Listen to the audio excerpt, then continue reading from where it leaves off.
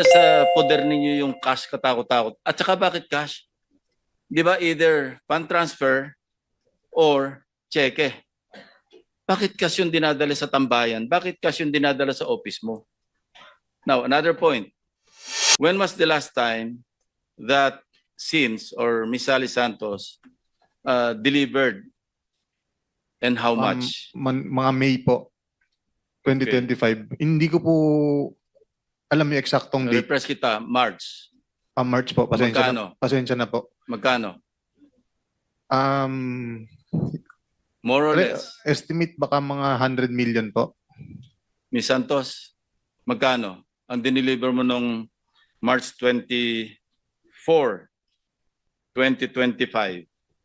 Your Honor, no March 24, 2025, 457 million. Anong 100 million? 457 million ang dinala sa'yo ng Sims.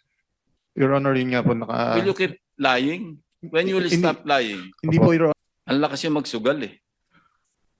Your Honor, yun nga pong pera na Alam yun. nyo, di ba pinakita ko sa video in my privilege speech, naglilimas yung mga kababayan nyo sa Bulacan ng tubig, baha, palabas ng bahay. Kayo nasa kasino.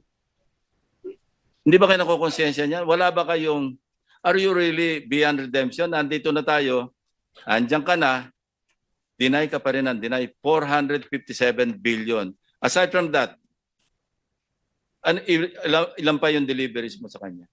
Noong May 6, 2025, Magkano po yun? 141 million po, Your Honor. And then, May 23, 2025, 65 million po. and these are all in cash, no? Yes, Your Honor. See? Isang team kayo eh. Magpupunta kayo sa casino, sama-sama kayo. Di ba meron kayo isang punta, ang nanalo lang si Engineer Henry, kayo lahat talo kayo ng 1.75 million. Natandaan na mo yan? Hindi po, Your Honor. Wala ka Pero posible po, natatandaan pagka ayaw mong tandaan eh. Pero posible pong nangyari nga po. Sa record ng mga casino, up ka ng 700 million. Pero ang basis lang nito yung cash to chips and chips to cash.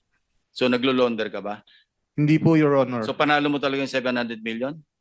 Hindi naman po siguro tama. abot ng ganong kalaking Hindi mo na 700 naman million. matandaan.